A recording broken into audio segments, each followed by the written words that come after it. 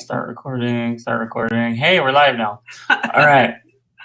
Hi, LaVonna. We're so excited to have you tonight for K12ArtChat. We haven't seen you in a while. Yes. How are things going over in Florida? It's first of all, thank you. I'm so excited to be back. And you guys either, and I cannot believe it was a year ago. That just blows my mind that we got together. Florida is warming up, shall I say? There a few weeks ago, I was enjoying my walks in the morning, and it was fairly cool. And now it's like, unless you're getting up at 6 a.m., it's pretty steamy. Texas is starting to warm up a bit. It's starting to almost feel like spring, almost in a way. Well, yeah, we've had a late hit. I guess the La Nina, is that what it's called? We've had all this kind of rain, and it's been a lot cooler than normal. But now it's starting to warm up. It's been 90s and stuff, but we are not as hot as normal, which is kind of nice for us. So, I actually was stuck in Colorado for an extra day because the tropical storms were here in Tampa. And then the next day, which was not last night, but the night before, I was trying to get out, and we ended up on a 4-hour delay in Denver because of storms in Denver. So I landed at 3:30 a.m. back home and got home, walked in my door at 4:30 a.m. So if I have bags in my eyes, I'm still recuperating. I think you're doing excellent for that kind of turnaround travel. That's awful. Yeah. Wow. Thank you. So you have behind you this thing that says S.H.I.N.E, and I know your chat tonight is about Ignite Your Shine. So can you tell us a little bit what that means? Because I don't know that everybody, that you launched that after you hosted for us the last time. So it's probably new to a lot of our PLN. So if you would like to share, we'd love to hear about it. Absolutely. And you know what I love is I think this group may relate more than any group I could talk to. It started out myself, I going through school, I really struggled, and my grades continued to decline all the way into college. And I realized that I learned very hands-on. But the difference is elementary, a lot of times there's hands-on, and I'm going to make a very blanket statement, does not mean this applies to every teacher. Right? By the end of middle school, the hands-on starts to decline, and by high school, it's a lot of sit and get, and that it's too much content to cover and shove in essentially. Again, not saying that that's every teacher. Then I watched my students do the same thing in my own classroom and just struggling with learning, especially when it wasn't hands-on. Mm-hmm. And I took a step back and even became a mom and watched things. One of the things I realized is that how frustrated I was getting that we didn't value what students do outside of the box, and the box I refer to as reading, writing, math, and science. Oh boy, you're speaking our language right now. In fact, as parents, even more so. Yeah, exactly. That's why I was saying, like, this group, the K12ArtChat, like, to understand art, and that is such a huge outlet for students. Yes. And so if we understand that that's a strength of students and a gift of students, and a lot of times they, enhance their skills through art, how do we use that to show that they shine? And we can implement that easily into the curriculum that's being taught. But we have to identify it. So Ignite Your Shine is a process. I'll share this part with you, so that it lays the groundwork for what the talk is about. But it is a process because it's an acronym. So S is for self, right? So knowing the strengths and gifts and skills that a student has, and then using that to serve themselves. And I don't mean that to be selfish or greedy. Right. But absolutely. It's, you have to be almost an advocate. We all have to be advocates for ourselves in terms of learning. It's something as I grew up with dyslexia, and my mother I had to go to every IEP from the time I was in first grade on, because she wanted me to be an advocate for the way that I learn best. Right. And I think that's something we try to teach our kids at home as well. And it's always something I try to share with my students, is that you know how you learn best. So you need to be that advocate for yourself and make sure you're getting what you need so that you succeed. Right. And as educators, you definitely know that tends to be one of the last things we do. Yeah. Right. It's always about taking care of others. So it's serving yourself and serving others. And then the H is all about heart. What is your passion? If you could get up and out of bed every single day and go do it, what is it? And it sounds unrealistic, but at the same time it isn't, because we tapped into students, what is your passion? So if it is music, or if it is doing pottery, whatever it is, it doesn't matter. But we taught them that whatever you're passionate about, how could you marry that with your strengths and your skills? Or what about it, for example, if it's video games, some of the fifth graders I worked with, the number one answer was video games was their passion. Sounds about right. Yes, it does, doesn't it? But that's totally fine, because what is it about the video games that gets them to be passionate, and how can you include that into your classroom through that? And then we get to the I, and the I is inspire, because especially as a teacher and educator, that how exhausting it can be, and you're inspiring others, and you're like, but sometimes what about me? Right. So it is the inspire yourself and others. And then you take all of that to create an N, which is navigate, and that is the action plan.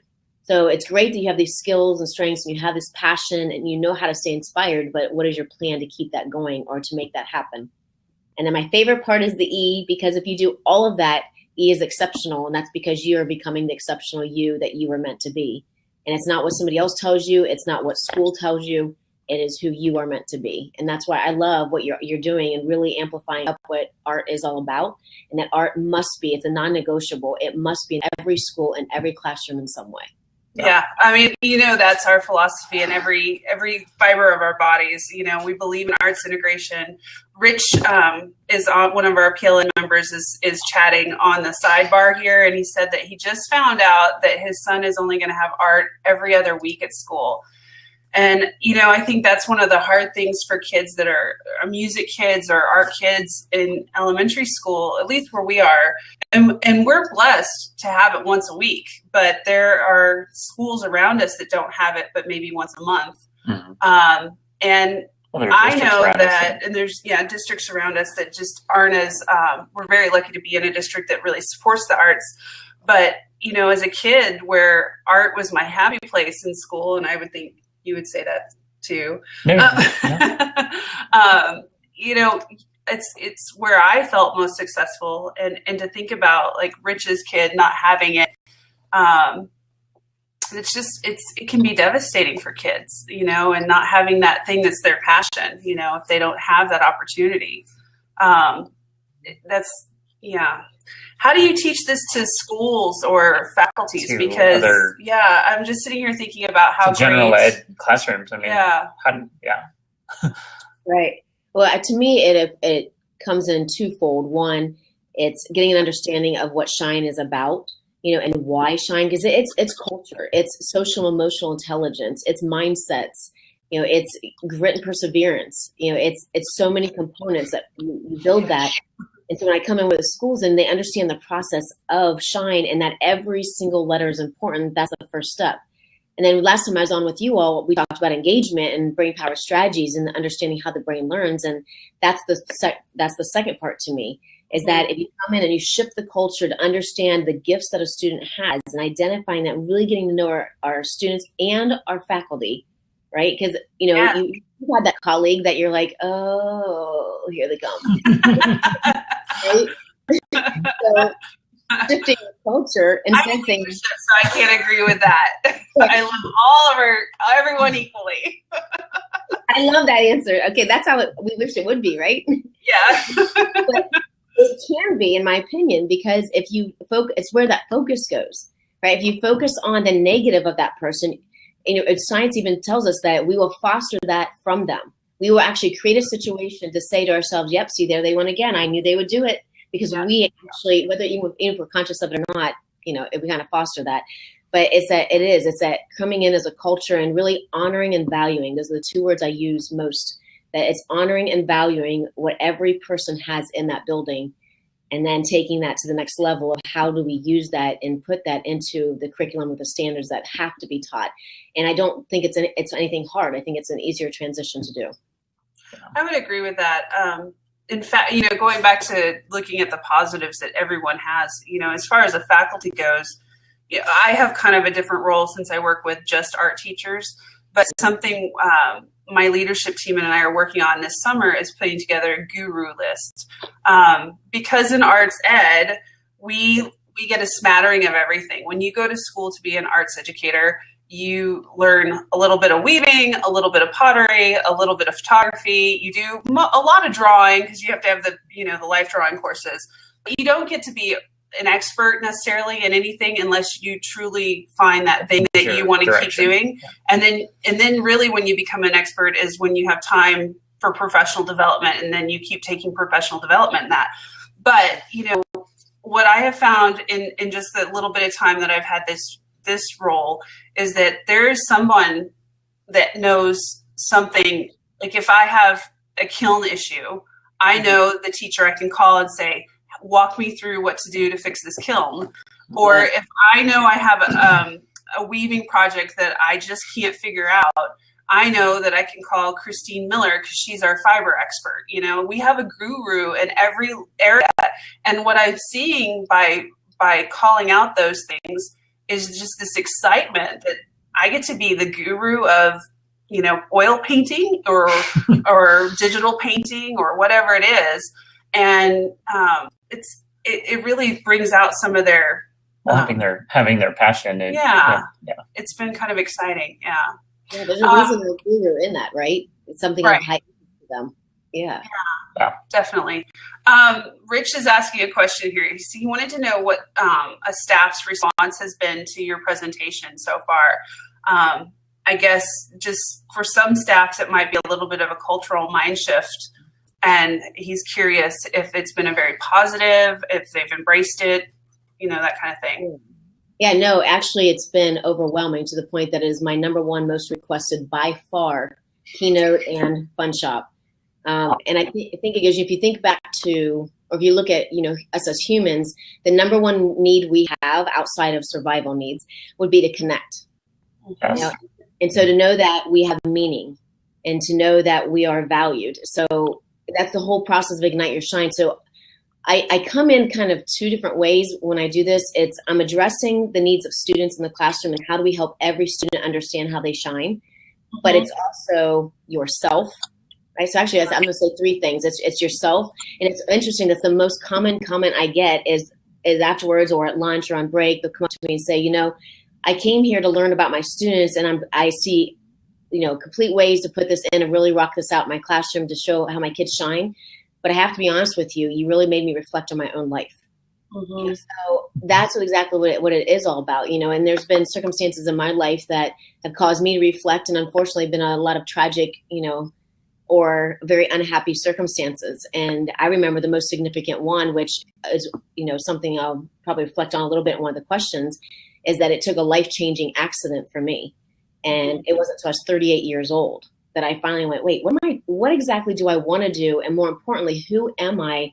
Because I was not confident in who I was. I didn't value who I was, you know, and then I reflected, like I said, on my students and my daughter, and that just did a complete shift. But no, I'm blown away. I can't tell you how many DMs, text messages and things I get from teachers who say how it has helped them in their classroom, to people who I just found out my friend was diagnosed with cancer, or I've gotten a text, I was diagnosed with cancer. And I can't tell you how much, especially the Shine bracelet that I have. Oh, yeah. Yeah, how much it helps them, because it's a daily reminder, as an anchor for them. But it could be anything else. But I'm telling you, I'm blown away by the comments that I get. It's, yeah. It's really exciting. You know, something we've struggled with our own kids is that, you know, imagine this, we have creative kids. What? Not our kids. Not our kids. I just know. Especially our son, you know, he's he's got the best of both. He's got I know. The ADD from daddy and the dyslexia from mommy, but he's so bright and so creative. But, you know, we're in a very standardized test world, and the poor kid is not going to perform real awesome on those standardized tests because sitting still for long periods of time and just, you know, it's difficult. So, but what we see is these mind-blowing creations that he makes, and we value that and we're excited about that. But what we want is the schools to understand, and not just for, like, you know, but all kids like Owen. How do you get them to really buy into it's not all about standardized tests, and look at these gifts that these children bring to the table and really push those gifts, you know?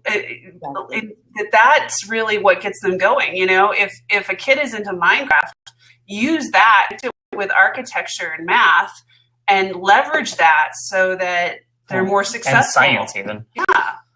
Right. And I am seeing some of that. You know, some teachers are tapping into especially Minecraft and, you know, genius hour, 20% time, all of those allowing students. I would just love to see more, which I can guarantee Angela Myers, who created that she would say the same thing, the importance of doing that. And that's exactly why I'm on this huge mission for Ignite Your Shine to be shared. I want it in every school and every classroom. For that exact reason that you said, is that how are they phenomenal? Where's their gift, and how do we make it happen in the classroom? And the focus has always been on standards, and this is where I feel that this has to become a movement. It really does, because we're talking lawmakers in order to get change.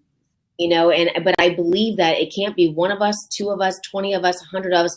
If every educator jumped on the board with this, how do you not get that understanding? And that's where I think tidal waves are important, because in order to make it happen, you have to create a tidal wave. And that's where thousands of us have to get together and say, you know what, it is time. It is time to make a change and to value kids for what they bring. Absolutely. Hey, LaVonna, Chris just joined us, and she is out in California. She's a professor out in Chico, California. And she's also one of our vice presidents of the National Art Education Association. Woo!